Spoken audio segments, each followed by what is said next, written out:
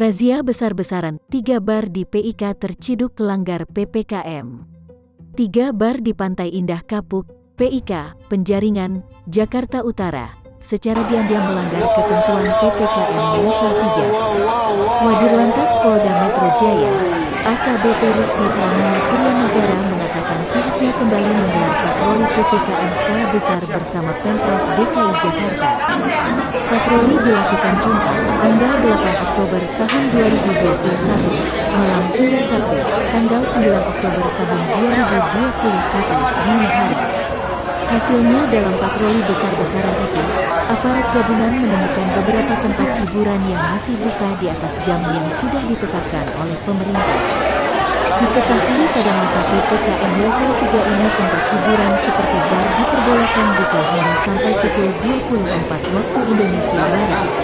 Oleh karena itu kami menghimbau untuk segera membubarkan diri, karena berpotensi kerumunan dan pelanggaran protokol kesehatan, kata Rusdi.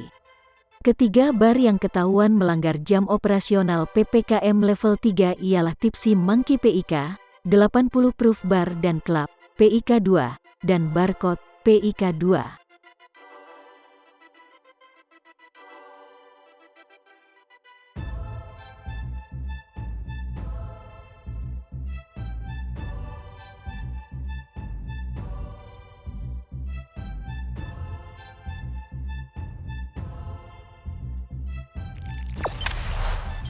Jangan lupa subscribe, share, komen, dan like ya.